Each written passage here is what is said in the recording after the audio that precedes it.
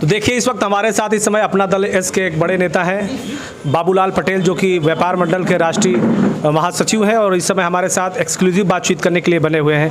आपका बहुत बहुत स्वागत है सत्य लाइव टीवी में। सबसे पहला सवाल है मणिपुर को लेकर, जिस तरह की वहाँ पर हलचल है, जिस तरह की वहाँ पर घटनाएं हैं, जो वहाँ का माहौल है, क्या कहना चाहेंगे? देखिए, वहाँ पर पूरी तरीके से हमारे देश के प्रधानमंत्री ने कह दिया है कि जो भी उसका अपराधी है उसको कहीं से भी बख्शा नहीं जाएगा और तुरंत कार्रवाई में भी प्रशासन ने उसको गिरफ्तार करके जेल भेजने का काम किया है। आगे जो कार्रवाई कानून कहता है उसके अनुसार कार्रवाई करेगी प्रशासन। आपको पता है कि ये घटना 4 मई को हुई थी और ये पुलिस से उन दोनों महिलाओं को छीना था उस भीड़ ने और उनको निर्वस्त्र करके उनके साथ यौन उत्पीड़न किया और FIR 18 मई को होती है। क्या कहना चाहेंगे जिस तरह से इतना लेट लतीफ़ हुआ? ये उसमें चूँकि बहुत सारी चीज़ें होती हैं कि आज इसके समाज में देखने को तमाम लोग गलत तरीके से भी फंसाने का काम करते हैं, तो उसमें प्रशासन अपनी तरीके से जांच कर रही थी और जांच करने के बाद जब लग नहीं है सही है, हकीकत है, तो उन्होंने पूरी तरह से कार्रवाई करने का काम किया है प्रशासन ने। बात आपने सही कहा कि 4 मई को जब घटना हुई है, घटना के दौरान पुलिस से छीना गया इन महिलाओं को भीड़ ने, उसके बाद कार्रवाई होनी चाहिए थी। 18 मई को FIR होती है, फिर 22 जुलाई के दिन जब वीडियो वायरल होता है तब कार्रवाई होती है। आखिर पुलिस और प्रशासन और सरकार की कार्यशैली पर सवाल उठ रहा है। बिल्कुल सवाल बनता है।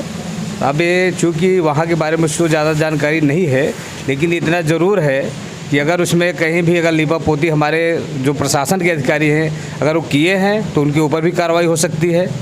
इसलिए तो जो किए भाई गलती किए हैं तो उनके ऊपर कार्रवाई होना तय है, क्योंकि इस समय जिस तरीके से मोदी जी पूरे देश का नेतृत्व कर रहे हैं, तो कहीं भी जो उनका नारा है कि बेटी बचाओ बेटी पढ़ाओ बेटियों का सम्मान, तो निश्चित रूप से वो देने का काम कर रहे हैं।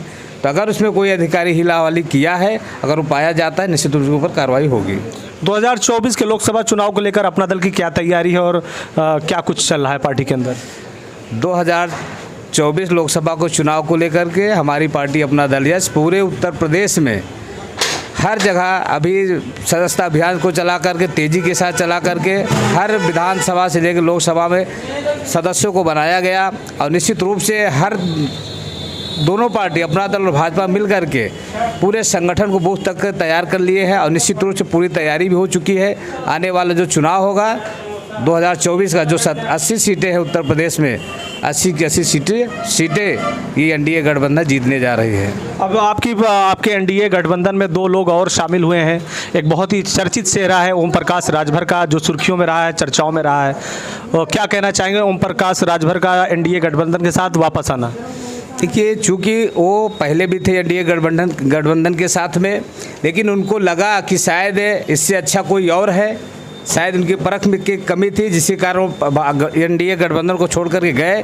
लेकिन जब वहाँ पे गए फिर उनको लगा कि नहीं, भाजपा से अच्छा कोई नहीं कर रहा है, न कोई कर सकता है, तो उन्होंने पुनः अपने पुराने घर में आने की तैयारी की, आ जाए और उनका स्वागत किया गया है। वो तो पानी पी करके कहते थे कि मोदी जी और योगी से बड़ा झूठा कोई नहीं है, और फिर अब वो कह रहे थे कि भगवान जी भी चाहेंगे तो हम नहीं आएंगे NDA भाजपा के साथ। नहीं, वही तो है ना कि जब आदमी को नहीं समझ में आता है कि भाई नहीं ये गलत है अगला गलत है, जब आदमी दूसरे के पास जाता है तभी अगले की हकीकत सच्चाई पता चलती है। जब आदमी जिस तरीके से जिंदा रहता है तो उसकी वैल्यू नहीं समझ में आती है, जब आदमी ख़त्म हो जाता तब उसकी वैल्यू समझ में आती है। उसी प्रकार जब जिसके साथ थे उसकी वैल्यू उनको नहीं समझ में आ रही थी, इसलिए दल को छोड़ के दूसरे के साथ में गए। लेकिन जब दूसरे के साथ में गए तब अपनी वैल्यू उनको समझ में आएगी हकीकत क्या है, तो इसलिए पुनः अपनी गलती को स्वीकार करते हुए वो फिर भारतीय NDA गठबंधन में शामिल हुए। आपकी पार्टी अपना दल एस का एक बहुत लंबे समय से मांग रही है कि जातिगत जनगणना, और भारतीय जनता पार्टी इस समय सत्ता में है, आपकी पार्टी सत्ताधारी पार्टी के साथ गठबंधन में है। यही बात ओम प्रकाश राजभर भी कहते हैं कि दलित पिछड़ों शोषितों को हम बराबरी का दर्जा दिलाएंगे। तो क्या जातिगत जनगणना को लेकर के बात चल रही है NDA गठबंधन के साथ? बिल्कुल चल रही है, क्योंकि हमारी नेता बहन अनुप्रिया पटेल ने बहुत सारी ऐसे मांगे थी, जैसे राष्ट्रीय पिछड़ा वर्ग आयोग था जो मृत प्राय पड़ा हुआ था, उसको भी हमारी नेता बहन अनुप्रिया पटेल ने मोदी जी से मांग किया और उसको मोदी जी ने स्वीकार भी किया, उसको संवैधानिक दर्जा देने का काम किया। और ये जो जातिगत जनगणना है इस पर भी हमारी नेता 2011 से मांग कर रही है और निश्चित रूप से आने वाले दिनों में उत्तर प्रदेश में नहीं पूरे देश में जातिगत जनगणना ये होना तय है। और निश्चित रूप से जो भी हो हमारी नेता सत्ता में रहते हुए भी अपनी बात को अपने समाज के हक के लिए जो भी और लोग हैं उनके हक की लड़ाई लड़ने के हमेशा तैयार रहते हैं और उसको माननीय योगी और मोदी जी दोनों लोग मानने के लिए भी तैयार रहते हैं। आपके विपक्षी दल बात करें एनडीए के अगेंस्ट में इंडिया बनाया है। अभी हाल ही में बैठक हुई तो और काफ़ी दलों ने एकजुट होकर के एनडीए गठबंधन को हराने के लिए एक मुहिम तेज की है।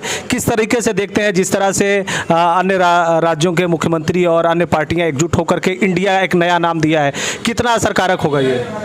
देखिए, चूँकि जब आदमी जो सत्ता में ना रहा हो अगर वो कुछ कहे कि मैं ये कर दूंगा तब तो आदमी बार विश्वास कर सकता है, लेकिन जो सत्ता में 2-2 4-4 बार रहे हो और कुछ ना किया हो और फिर वो झूठा शासन देते हो तो जनता उनके ऊपर कितना विश्वास कर सकती है आप खुद जान सकते हैं।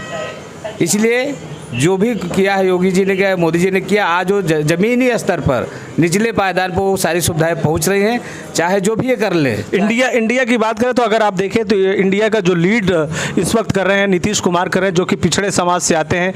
तो क्या ये माना जा रहा है कि इंडिया जो विपक्षी दल हैं उनमें प्रधानमंत्री के चेहरे को लेकर नीतीश कुमार का चेहरा ऊपर नज़र आ रहा है? देखिए, ऊपर तो कर रहे हैं लेकिन ये हो पाएगा कि ये नहीं हो पाएगा ये भी जाली, अभी तो ये भी क्लियर नहीं कहा जा सकता है। अगर होता है तो क्या स्थिति रहेगी इंडिया की? तभी एनडीए की ही सरकार देश में बननी तय है। लेकिन उत्तर प्रदेश की बात मैं ज़रूर करूँगा। पिछले बार 7 सीट से हम लोग पीछे थे उत्तर प्रदेश में, लेकिन इस बार 7 सीट में खाता भी हम लोग खोलने को नहीं देंगे अदर पार्टियों को। 80 में 80 सीट एनडीए गठबंधन जीतने जा रही है। तो देखिए, इस वक्त हमारे साथ है एक्सक्लूसिव बातचीत करने के लिए अपना दल एस के एक बड़े नेता हैं बाबूलाल पटेल, जो कि व्यापार मंडल के राष्ट्रीय महासचिव हैं और इन्होंने अपनी बात बड़े ही बेबाक अंदाज में रखी। इनका बड़ा दावा है कि एक बार फिर से एनडीए गठबंधन की जो सहयोगी दल हैं उनके साथ में भारतीय जनता पार्टी 2024 के लोकसभा चुनाव में एक बार फिर से सत्ता पर काबिज होगी। और एनडीए की तरफ से कोई चेहरा इन्होंने हालांकि नहीं बताया कि कौन होगा, क्या फिर से प्रधानमंत्री नरेंद्र मोदी की अगुवाई में एनडीए गठबंधन सरकार बनाएगी या फिर इंडिया जो विपक्ष ने एक नारा दिया इंडिया का, नीतीश कुमार, सोनिया गांधी और राहुल गांधी तमाम ऐसे नेता हैं जो इंडिया गठबंधन इंडिया के इस विपक्षी दल में शामिल है और एनडीए सरकार को उखाड़ फेंकने की बात कर रहे हैं। आखिर इनके दावे में कितनी सच्चाई होगी आने वाला समय बताएगा। फिलहाल सत्य लाइव टीवी की लगातार कोशिश है जनता के नब्ज को टटोलने की, आखिर जनता क्या कह रही है, लेकिन उन सब के बीच में हमने अपना दल के एक बड़े नेता से बातचीत की और उसका आपको अंश